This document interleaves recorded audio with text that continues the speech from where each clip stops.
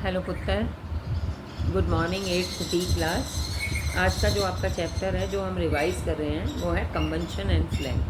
इस चैप्टर के अंदर सबसे पहले a big question that is that how does combustion help our body to obtain energy. जब हम बॉडी की बात करते हैं तो हम फूड टेकिंग की, फूड प्रोक्योरिंग की बात करते हैं।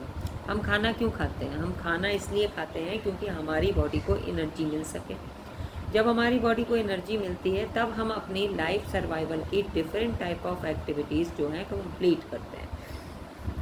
बेसिकली इस चैप्टर के अंदर हमको कंबंशन का प्रोसेस और उसके मटेरियल्स को क्लासीफाई करना है।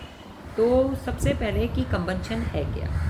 6th क्लास के अंदर हमने एक एक्टिविटी परफॉर्म की थी मैग्नीशियम रिवर वाली। उसको जब ओवर हीटेड किया तो बुनसन बर्नर के साथ मैग्नीशियम ऑक्साइड बना और ड्रेजलिंग वाइट कलर का जो है लाइट क्रिएट हुआ, हीट भी प्रोड्यूस हुआ। तो we observe that when any substance can burn, heat is released and sometimes light is also produce.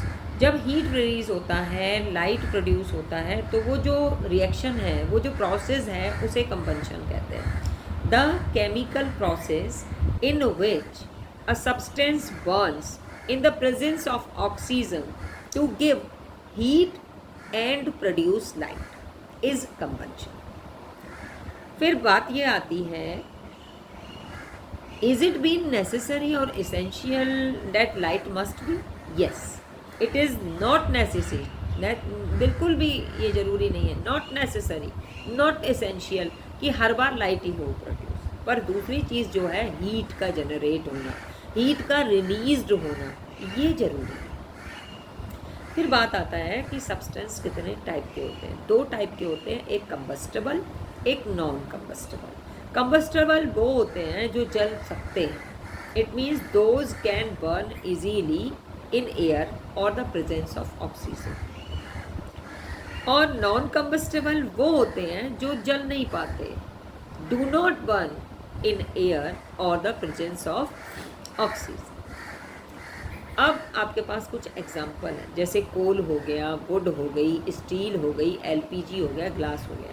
तो आप मुझे बताओ स्टील क्या है? स्टील मेल्ट हो जाएगा, कंबस्टेबल नहीं है। पर वुड है। Materials like petrol, LPG, wax, cloth, coal, natural gas, kerosene, diesel, wood, ये सब के सब कंबस्टेबल क्योंकि ये बर्न हो सकते हैं। अब स्टील हो गया, ग्लास हो गया, ये बहुत हाई टेम्परेचर पर अगर हम ले जाएं ना तो ये मेल्ट हो जाएंगे, पर ये बर्न नहीं, तो ये नॉन कंबस्टेबल मटीरियल। तब यहाँ से हमारे पास एक और क्वेरी आती है कि कौन सी नेसेसरी कंडीशंस हैं जो कि बर्निंग के लिए या कंबस्शन के लिए ज़रूरी है। तो जी 3 है। पहली है प्रेजेंस ऑफ कंबस्टेबल सब्सटेंस का जो है कंबस्टेबल होना बहुत ज़रूरी है। दूसरी बात एयर यानी प्रेजेंस ऑफ ऑक्सीजन। और तीसरी बात attainment of ignition temperature of the combustible substance.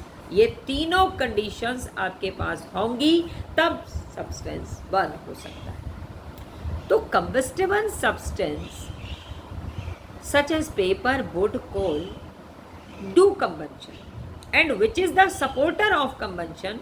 The process of combustion continues in the supply of oxygen. If the supply of oxygen is stopped, then it can't be possible. So we can say that oxygen is the gas that is the supporter of